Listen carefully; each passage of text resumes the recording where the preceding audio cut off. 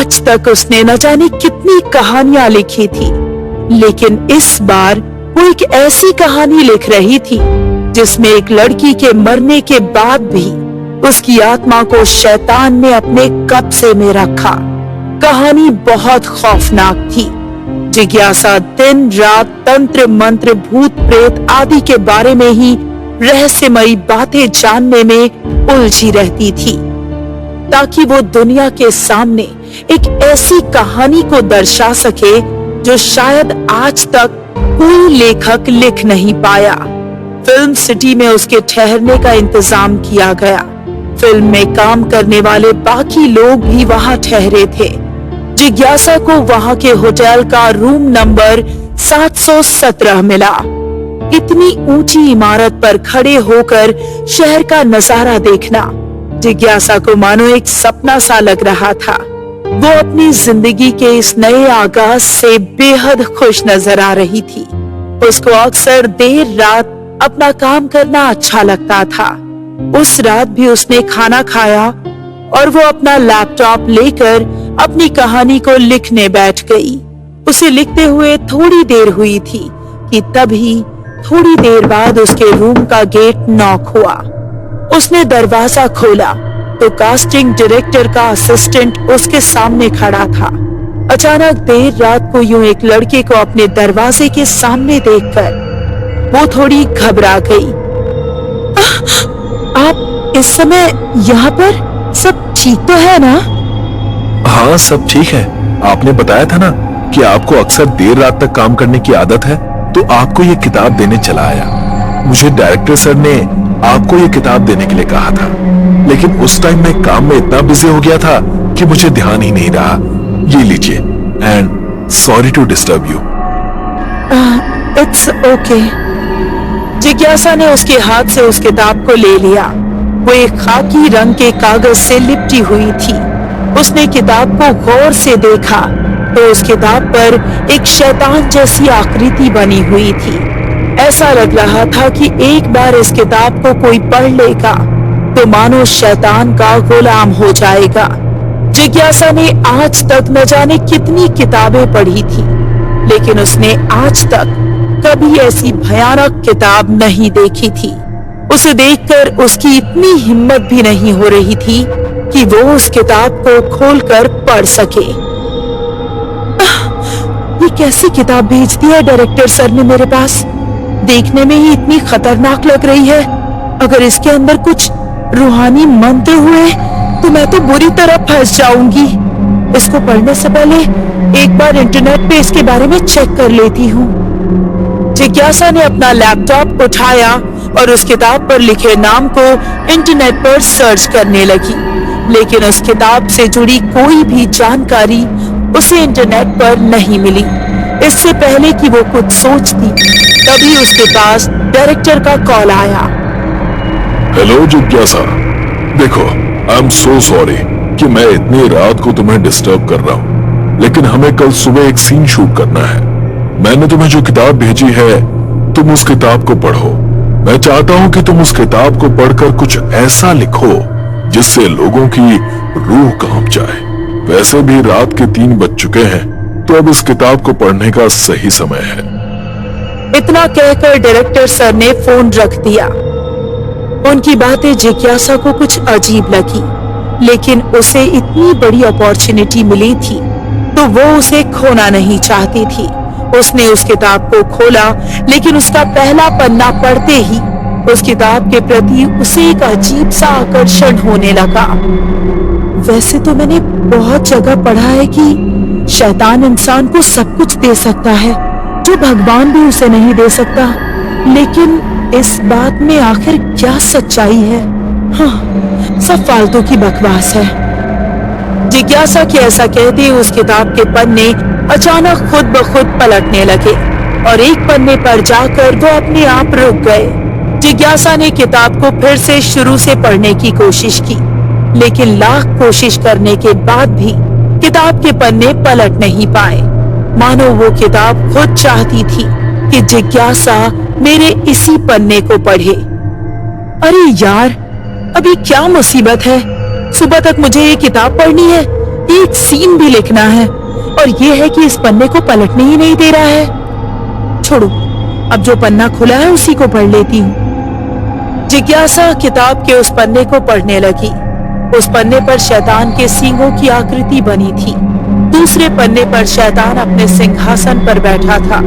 उसके पास दुनिया का ऐश्वर्य, धन, दौलत सब कुछ था। लोग उसके पैरों में गिरे हुए थे और वो उन पर अपना सब कुछ लुटा रहा था। ये सब देखकर जिज्ञासा बिना मन ही उसकी ओर आकर्षित होने लगी। उसने देखा कि उस पन्ने पर लिखा है, अगर कोई भी जीवित इंसान अपने रक्त की कुछ बूंदों को इस पन्ने पर टपकाकर इन मंत्रों को 100 बार बोलेगा तो शैतान उसे वो सब कुछ देगा जिसकी उसे कामना है। जिज्ञासा ने उस पन्ने पर इतनी लिखी हुई बात को पढ़ी और वो इस तरह उन शब्दों से सम्मोहित हो गई कि उसने आगे का पन्ना पलटकर उसके आगे की लिखी हुई बात पढ़नी जरूरी भी नहीं समझी। उसने बिस्तर के साइड टेबल पर रखे चाकू को उठाया और अपनी हथेली के बीच में बिना कुछ सोचे समझे 100 बार पन्ने पर लिखे उस मंत्र का उच्चारण किया।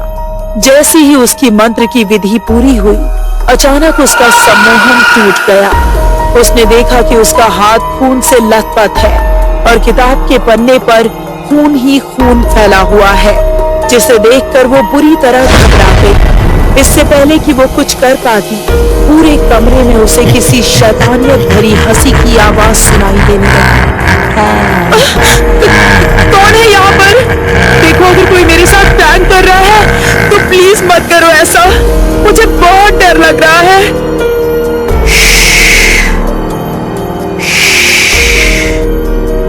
उसके कानों में एक अजीब सी आवाज गूंज रही थी।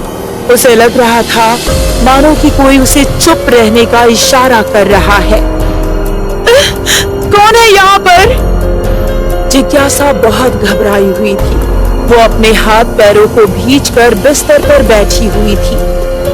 तभी उसे सामने वाली दीवार पर वैसी ही आकृति बनती हुई महसूस हुई जैसी उस किताब के पन्ने पर थी, मानो कि शैतान खुद उसके सामने आ गया था। अचानक कमरे के बंद खिड़की दरवाजे जोर जोर से बजने लगे। बाहर का मौसम बिल्कुल सामान्य था, लेकिन उसके कमरे में अचानक बहुत तेज ठंड हो गई। जिज्ञासा अपने पास किसी की मौजूदगी को अच्छी तरह महसूस कर सकती थी। उसने डर के मारे अपने चेहरे और अपने हाथ पैरों को भींचकर रोते हुए अपनी आंखें बंद कर ली।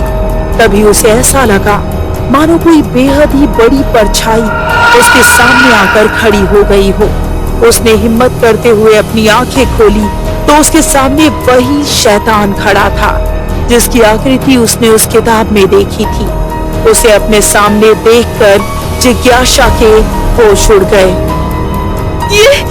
ये सच नहीं हो सकता, जरूर मैं कोई सपना देख रही हूँ। जिज्ञासा के इतना कहते ही वो शैतान बहुत जोर जोर से हंसने लगा। उसे इस तरह शैतानियत भरी हंसी हंसते हुए देखकर डर के मारे जिज्ञासा का पूरा शरीर पसीने से भीग गया। सपना नहीं, लेकिन मैं वो हूँ जो तुम्हारे सपनों को हकीकत में बदल देगा। बस तुम्हें वो करना होगा जो मैं तुम्हें करने के लिए कहूंगा। तुम यहाँ पर उस कहानी की तलाश में आई हो जो आज तक कोई नहीं लिख पाया। मैं तुम्हें वो कहानी दूंगा जिससे तुम हर उस मुकाम पर पहुंचोगी जहां तुम पहुंचना चाहती हो। हर शख्स तुम्हारी लिखी हुई कहानी का कायल होगा। दौलत, शोहरत, नाम, रुतबा सब मिल जाएगा तुम्हें। ऐसी कहानी लिख कर दूंगा मैं तुम्हें जो आज तक किसी ने क्या, आज के बाद भी कोई नहीं लिख पाएगा। कहो, क्या तुम्हें वो चाहिए? हाँ, मुझे वो चाहिए। ठीक है, तुम्हें वो मिल जाएगी, लेकिन उसके बदले तुम्हें मेरा एक काम करना होगा। सौदा करना होगा मेरे साथ। सौदे में जो मुझे चाहिए वो तुम मुझे ला कर दोगी, और उसके बदले जो तुम्हें चाहिए वो मैं तुम्हें दूंगा। ठीक है, क्या करना होगा मुझे? बलि चाहिए मुझे मानव की। तुम मेरे लिए एक मानव की बलि दोगी। उसके रक्त से मैं तुम्हारी मनोकामना पूरी करूंगा। जैसे ही तुम अपना सौदा पूरा करोगी, वैसे ही मैं भी अपना सौदा पूरा कर दूंगा। जाओ और मेरे लिए एक बलि लेकर आओ। क्या? मैं ऐसा नहीं कर सकती। मैं अपने फायदे के लिए किसी की जान नहीं लूंगी। मैं जानती हूँ कि ये कहानी मेरे लिए बहुत जरूरी है।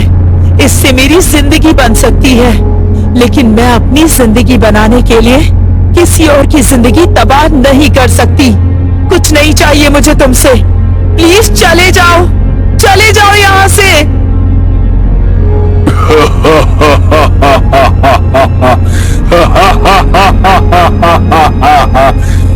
तुम्हें क्या लगता है कि मैं इतनी आसानी से यहाँ से चला जाऊंगा? अपने लालच में किताब का एक पन्ना पढ़ने के बाद उसके आगे का पन्ना पढ़ना तो तुमने जरूरी समझा ही नहीं। मुझे जो एक बार विधि से अपने पास बुलाता है, वो मेरा गुलाम हो जाता है। उसे मेरे साथ सौदा करना ही पड़ता है। मैं तुमसे आखिरी बार पूछ रहा हूँ, तुम मुझे बलि लाकर दोगी या नहीं? एक बात याद रखना, अगर तुमने मुझे बलि लाकर नहीं दी और मेरे सौदे को पूरा नहीं किया, तो तुम्हारे साथ जो भी होगा उसकी जिम्मेदार तुम खुद होगी। चाहे जो भी हो, लेकिन मैं किसी की जान नहीं लूंगी। जिज्ञासा की ये बात सुनकर शैतान गुस्से से भर गया। उसने जिज्ञासा को बहुत ही शक्ति के साथ उठाया और सामने वाली दीवार पर दे मारा। जिज्ञासा के सिर से अब खून टपकने लगा था। उसने हल्के से अपनी आंखें खोली तो वो शैतान उसके सामने खड़ा था। शैतान ने जिज्ञासा की आंखों में देखकर कमरे में लगे पंखे की ओर इशारा किया तो जिज्ञासा बिना कुछ सोचे समझे इतनी चोटिल अवस्था में भी उठ खड़ी हुई। उसने अपने दुपट्टे को पंखे में लगाया और फांसी पर झूल गई। तभी अचानक होटल में फायर अलार्म बजने लगा। जिज्ञासा के बगल वाला कमरा ही असिस्टेंट का कमरा था। उसने बहुत देर तक जिज्ञासा का दरवाजा खटखटाया, लेकिन जब उसने दरवाजा नहीं खोला तो उसने दरवाजे को मास्टर की से खोला। सामने देखा तो जिज्ञासा फांसी पर लटकी हुई थी। उसके माथे से खून बह रहा था, जो कि उसके बिस्तर पर जाकर गिर रहा था। वो भागकर उसकी ओर गया। उसने उसकी नब्ज को देखा तो वो अभी भी जिंदा थी। वो तुरंत ही उसे वहां से लेकर कुछ लोगों के साथ अस्पताल पहुंचा। एक हफ्ते बाद जिज्ञासा को होश आया। उसकी जान बच गई थी, लेकिन उसे इस बात पर यकीन नहीं हो रहा था। उसके होश में आते ही कास्टिंग डायरेक्टर, असिस्टेंट और टीम के कुछ और लोग उससे मिलने के लिए आए। जिज्ञासा, जब तुम आई थी तब तुम बिल्कुल नॉर्मल थी। अचानक ऐसा क्या हो गया कि तुमने फांसी लगा ली? और तुम्हारे सर पर वो चोट कैसी थी? मैंने खुद से कुछ नहीं किया सर। उस रात आपने मेरे पास जो किताब भेजी थी, उसकी वजह से ही मेरे साथ ये सब कुछ हुआ। किताब? कौन सी किताब? मैंने तो तुम्हारे पास कोई किताब नहीं भेजी। क्या? आपके असिस्टेंट विनोद सर ने ही तो मुझे वो किताब दी थी। आपको याद है ना विनोद सर? तुम क्या बोल रही हो जिज्ञासा? मैंने तो तुम्हें कोई भी किताब नहीं दी। आप ये सब क्या बोल रहे हो? अगर आपने मुझे वो किताब नहीं दी तो वो कौन था जो मुझे वो किताब देने आया था? और डायरेक्टर सर ने तो मुझे कॉल भी किया था रात के ठीक 3 बजे। जिज्ञासा की बातें सुनकर सब लोग गंभीर हो गए। एक बार को तो वो लोग मान भी लेते कि ये सब जिज्ञासा का भ्रम है, लेकिन जिज्ञासा के साथ जो हुआ वो नॉर्मल नहीं था। इसलिए उन लोगों ने भी जिज्ञासा की बात को सुनकर उसकी तह तक जाने की कोशिश की। बहुत रिसर्च हुई तो पता चला कि वहां पर जब भी किसी मूवी की शूटिंग होती है तो टीम के किसी न किसी मेंबर के साथ ऐसी घटना जरूर होती है। जिज्ञासा जिस रूम में रुकी थी, उस रूम में पहले भी ऐसी घटनाएं हो चुकी थी। जिज्ञासा खुद भी अपने साथ हुई उस घटना के बारे में जानना चाहती थी। ठीक होने के बाद वो दोबारा वहां पर नहीं गई, लेकिन उस जगह के एक केयर टेकर थे जो लगभग अब 80 साल के हो चुके थे। जिज्ञासा ने किसी तरह उनका पता लगाया और उनसे मिलने पहुंची, तो उसने उस रात अपने साथ घटी हर एक बात उन्हें बताई। तब केयर टेकर अंकल ने जिज्ञासा को फिल्म सिटी के उस होटल रूम की सारी सच्चाई बताई।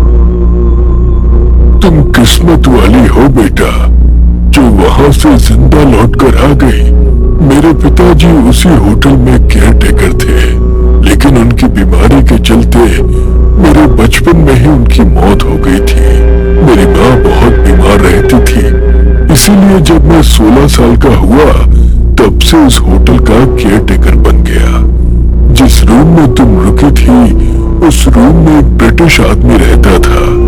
वो कुछ अजीब सा था, ना कभी किसी से बात करता था, ना ही कभी किसी की बात का जवाब देता था, हमेशा अपने में ही खोया रहता था। एक दिन वो उसी रूम के पंखे से लटका हुआ मिला। छानबीन करने पर पता चला कि वो काले जादू और तंत्र विद्या से शैतान को अपने वश में करना चाहता था, जिससे शैतान उसकी हर इच्छा पूरी करे। उसने शैतान को पाने के लिए एक किताब भी लिखी, लेकिन वो किताब ही उसकी मौत का कारण बन गई।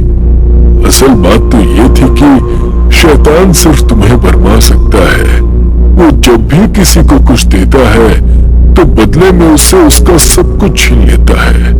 शैतान ने उस आदमी के परिवार को बहुत शोहरत दी, लेकिन बदले में उसकी रूह को अपने साथ ले गया। उस कमरे में रुकने वाले हर इंसान को आज भी शैतान खुद अपना रूप बदलकर अपने हाथ से वो किताब देने आता है।